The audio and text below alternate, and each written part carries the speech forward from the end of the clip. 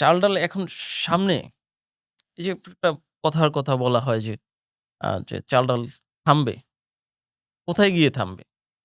চাল-ডাল কি করার যেই প্ল্যানটা, সেই প্ল্যানটা কোথায় গিয়ে মানে সর্বশেষ বা শেষ বলতে কি কোনো কিছু আছে কিনা?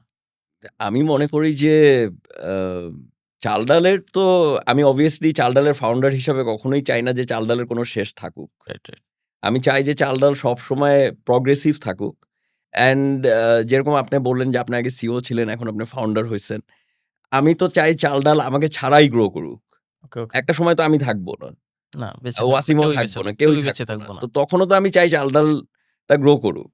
তো সেটাকে যদি আমাকে গ্রো করাইতে হয় তাহলে আমাকে আমার 2nd ম্যান বানাইতে হবে। আমার 2nd ম্যানের 2nd ম্যান বানাইতে হবে। এইভাবে ইকোসিস্টেম বিল্ড করতে হবে। ইকোসিস্টেম। তো আমি তো ইকোসিস্টেম যেহেতু বিল্ড করতে চাই, আমি তো এটা বন্ধ হোক বা এটার কোনো শেষ থাকুক এমন চিন্তা করতে চাই না। আমি চাই যে যত লেটেস্ট টেক বিজনেস বাংলাদেশে আসবে, আমি সবগুলাই করতে চাই। ওকে, যদি আমি সেগুলো বুঝতে পারি। এবং আমি যদি সেগুলির জন্য কোনো স্টার্টআপকে সাপোর্ট দিয়েও আমার সাথে রাখতে পারি, আমি সেগুলোর জন্য আমি ওপেন। ওকে।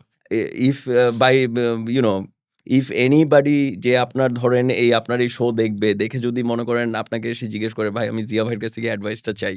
আমি এটা জানতে চাই।" আমি ওপেন টু গিভ। তাই, তাই। Yeah so um uh you know আমি চাই যে ইকোসিস্টেমটা ডেভেলপ হোক।